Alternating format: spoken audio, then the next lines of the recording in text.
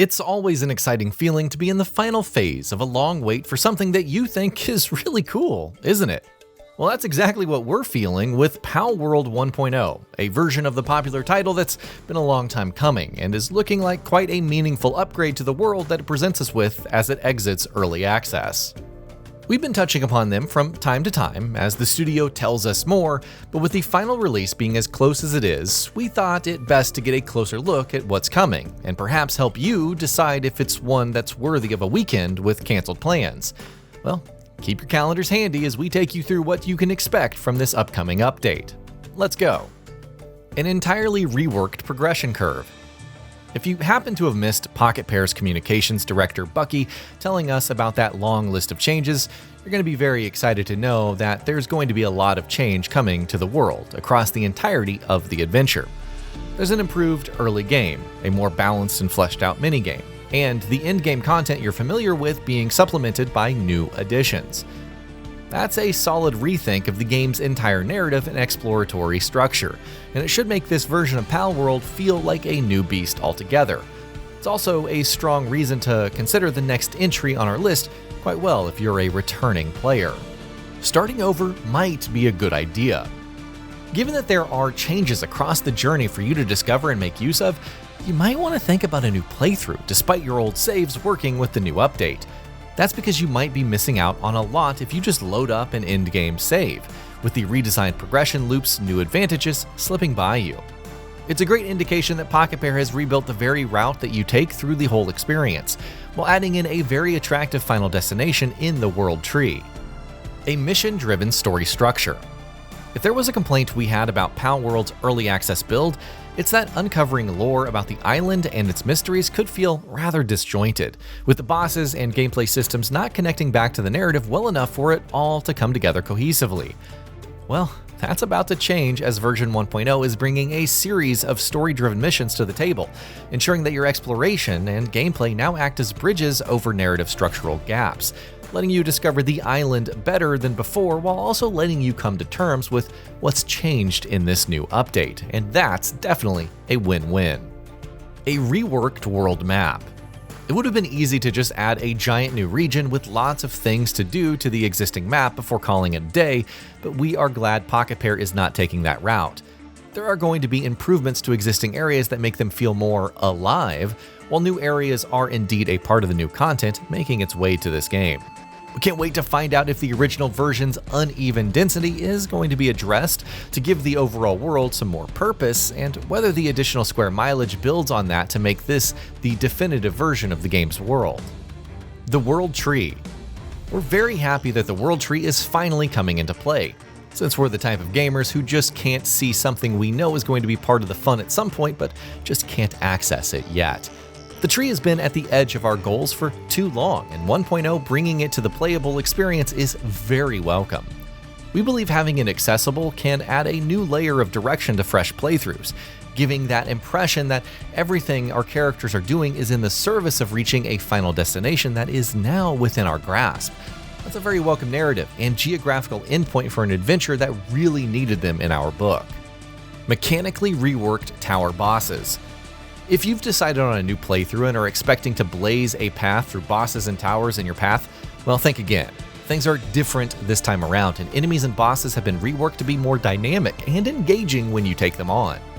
The developers claim that they're different enough to warrant a change in strategy, so you might want to stay on your toes and prepare for a few tough battles on your way to the World Tree. Of course, new bosses are also a part of the mix, so your time in the updated world is likely not going to feel too familiar even if you are a player who's been diligent about seeing it all. The new and improved wildlife sanctuaries. We loved wildlife sanctuaries in the early access build, and we're thrilled that they're getting an overhaul in the final one. They're going to function as more than just restricted zones with rare pals that feel kind of interchangeable. They're bringing distinct ecosystems, powerful bosses, rare pals, of course, barriers and drones for you to work around, and unique materials and landscapes, all of which could make them the viable in-game ecosystem for you to work with. It could make grabbing those extra few levels and some potentially great pals all the more engaging as you rebuild a new character to match your previous endgame build, or go in an entirely new direction if you so choose. Overhauled raids. It isn't just about new content being added to raids, but about a complete overhaul of their mechanics that has us pretty eager to see what's new. It's no secret that raids could feel a little repetitive, and we're hoping that the new changes are going to do something about that.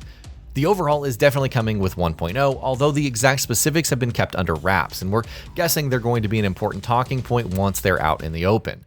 We're pretty optimistic that things are going to improve, keeping with how the rest of the game is being overhauled in mind. No place like your home base. Every world that's filled with mystery and danger must come with that one place where you can put up your feet after a hard day's adventuring. Well, your home base is where that happens in Palworld. We're pretty happy about the new offshore building feature being added to version 1.0. Building offshore can let you plan your base's defenses better, while also switching things up on the aesthetics and placement fronts. With new structures, building parts, and the ability to use a lot of previously unusable dead space on the coasts, this is a mechanical change that we're very curious to see in action. The Wing Pack's new brand of traversal. Getting around a world as big as the one on offer in Palworld was always going to be a challenge. We think Pocketpair's made a really good call bringing the Wing Pack into the mix. For starters, it frees up a valuable party slot that you'd otherwise have assigned to a flying pal. That automatically gives you more options for your party composition and its effectiveness in combat and other situations.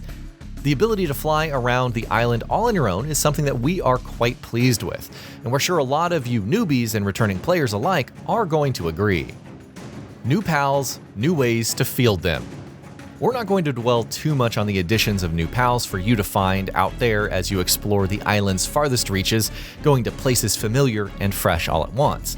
That was kind of a given. But what we're very interested in is the fact that some of these new additions come with functionalities that are quite unique. There's one that transforms into a two-handed sword, for instance, and that's the one that we're going to make a beeline for as soon as it is possible to try grabbing it.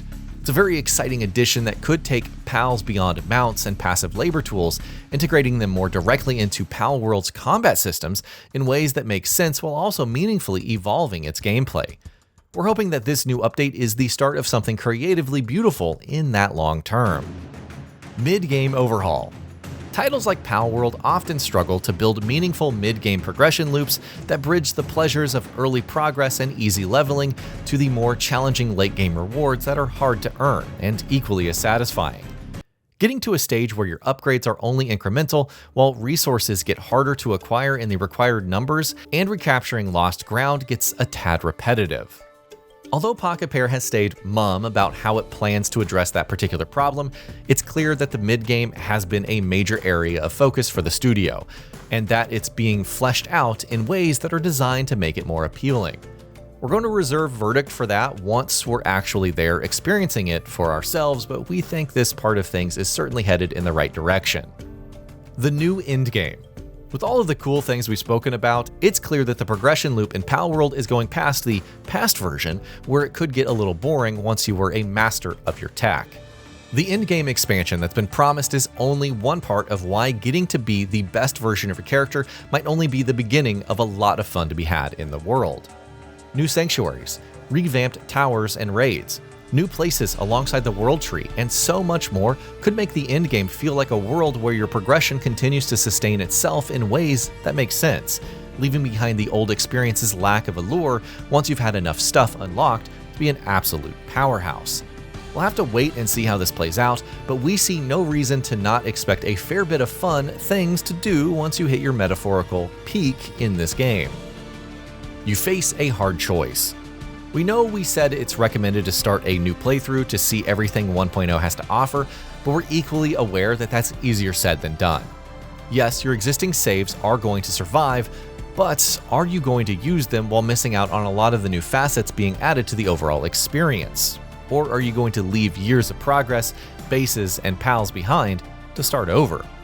We personally use our old saves to try and get to the end of the story while having a new one in order to experience the reworked adventure right from the start, but that's just us. A new playthrough is going to feel fresh, but will it be enough to justify leaving all of the work you've put into your current save behind? And I think that's for you to decide. Changes to player side combat. Yes, there are new weapons. Yes, there's new gear for your character to find and equip. Yes, there are new pals, some of which even double up as weapons. But can all of that change the combat system's affinity towards encouraging the collection of stronger pals while trying to balance that with what your player character can do? We know that there are going to be changes in this department, but we're curious to see if they are going to be enough to balance out player combat, traversal, and pals' abilities in ways that make player-driven combat builds more viable. We'd definitely be on board with that, as we hate putting our pals in any kind of danger, even though they were meant to be on the front lines. It remains to be seen if we're going to have new ways to deal damage instead of dealing more of it across the board. And well, that's about it for this one. We're sure excited about finally getting to that world tree, even if we have to start from scratch to do it. It's now a matter of waiting out the rest of the week before we see a lot of you on the island with us. And that'll be about it for this one. If you guys like what we're doing at GamingBolt, please consider subscribing to our channel, and I'll see you guys on the next video.